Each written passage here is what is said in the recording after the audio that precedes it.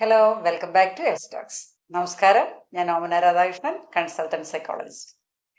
ജീവിതത്തിൽ അനാവശ്യമായി വന്നു ചേരുന്ന സ്ട്രെസ്സിനെ എങ്ങനെ കൈകാര്യം ചെയ്യാം, അല്ലെങ്കിൽ ജീവിതം കുറച്ചുകൂടി സന്തോഷപ്രദമാക്കാൻ എന്തൊക്കെ കാര്യങ്ങൾ ശ്രദ്ധിച്ചാൽ ശരിയാവും എന്നതിനെ കുറിച്ചാണ് ഇന്ന് നമ്മൾ ചർച്ച ചെയ്യുന്നത്. ജീവിതം നമ്മെ ചില പാഠങ്ങൾ പഠിപ്പിക്കും. ചിലപ്പോൾ വളരെ വേദനിപ്പിച്ചുകൊണ്ട്, മറ്റു ചിലപ്പോൾ വളരെ രസകരമായി, ചിലപ്പോൾ സന്തോഷം തരുന്ന വിധത്തിൽ. നമ്മുടെ സുഹൃത്തുക്കളോ, നമ്മളോട് ചേർന്ന് നിൽക്കുന്നവരോ, അല്ലെങ്കിൽ നമ്മളുടെ സഹപ്രവർത്തകരോ ഒക്കെ ആയിരിക്കും ഈ ജീവിത പാഠത്തിലെ നമ്മുടെ ഗുരുക്കന്മാർ.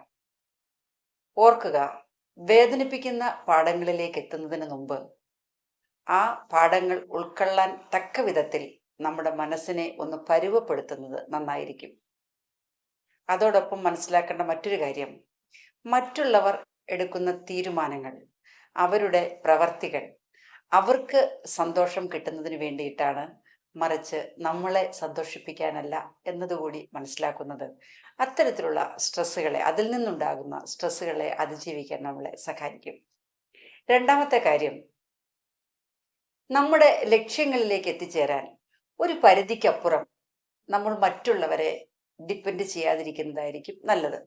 കാരണം എപ്പോഴെങ്കിലുമൊക്കെ ആ ശ്രമത്തിൽ നമ്മൾ പരാജയപ്പെട്ടു പോയാൽ അവർ നമ്മളെ കുറ്റപ്പെടുത്താനോ, അതുമല്ലെങ്കിൽ ഇതിലും അപ്പുറം നമ്മളെ കൊണ്ടാവില്ല എന്ന് നമ്മളെ ഡീമോട്ടിവേറ്റ് ചെയ്യാനോ സാധ്യതയുണ്ട്.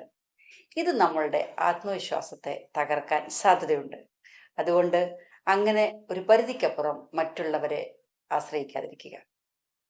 മൂന്നാമത്തെ കാര്യം, നമ്മൾ എടുക്കുന്ന തീരുമാനങ്ങൾ അത് പൂർണ്ണമായും നമുക്ക് വേണ്ടിയുള്ളതായിരിക്കണം.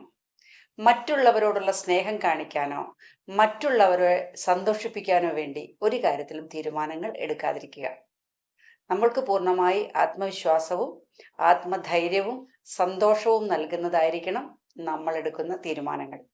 അല്ലാതെ എടുക്കുന്ന തീരുമാനങ്ങൾ പലപ്പോഴും നമ്മളിൽ ആത്മനിന്ദയും കുറ്റബോധവും ഉണ്ടാക്കാൻ സാധ്യതയുണ്ട്. അതുകൊണ്ട് നമ്മൾ എടുക്കുന്ന ഏത് തീരുമാനങ്ങളും പൂർണ്ണമായും നമുക്ക് വേണ്ടി ഉള്ളതായിരിക്കണം. നാലാമത്തെ കാര്യം, ഒരിക്കലും നമ്മുടെ സുഹൃത്തിൻ്റെ ശത്രുവിനെ നമ്മുടെ ശത്രുവായി നമ്മൾ കണക്കാക്കേണ്ടതില്ല. കാരണം അവർ പിന്നീട് കുറച്ച് കഴിയുമ്പോഴേക്കും ഈ ശത്രുതയൊക്കെ മറന്ന് പഴയതിലും വലിയ സുഹൃത്തുക്കളായി മാറിയിട്ടുണ്ടാവും. നമ്മൾ അപ്പോഴേക്കും അവരോട് അടുക്കാൻ കഴിയാത്ത വിധം അകന്നു പോയിട്ടുമുണ്ടാവും. അതല്ലെങ്കിൽ വീണ്ടും അവരിലേക്ക് അടുക്കാൻ നമ്മുടെ ആത്മാഭിമാനം അനുവദിച്ചെന്ന് വരില്ല. അതുകൊണ്ട് സുഹൃത്തിൻ്റെ ശത്രുവിനെ വെറുതെ നമ്മൾ ശത്രുവായി കാണേണ്ടത് ആവശ്യമില്ല. ഇങ്ങനെയൊക്കെ വന്നു ചേരുന്ന സ്ട്രെസ്സിനെ, അല്ലെങ്കിൽ ഈ കാര്യങ്ങളൊക്കെ മനസ്സിലാക്കി കഴിഞ്ഞാൽ ഇത്തരത്തിലുള്ള സ്ട്രെസ്സിനെ നമ്മൾക്ക് അകറ്റി നിർത്താൻ പറ്റും. അങ്ങനെ അനാവശ്യമായ സമ്മർദ്ദങ്ങൾ ഒഴിവാക്കുന്നതിലൂടെ കുറെ കൂടി ജീവിതം മനോഹരമാക്കാൻ നമ്മൾക്ക് സാധിക്കട്ടെ എന്ന് ആശംസിക്കുന്നു. മറ്റൊരു വീഡിയോയുമായി വീണ്ടും കാണാം. Be happy, stay healthy.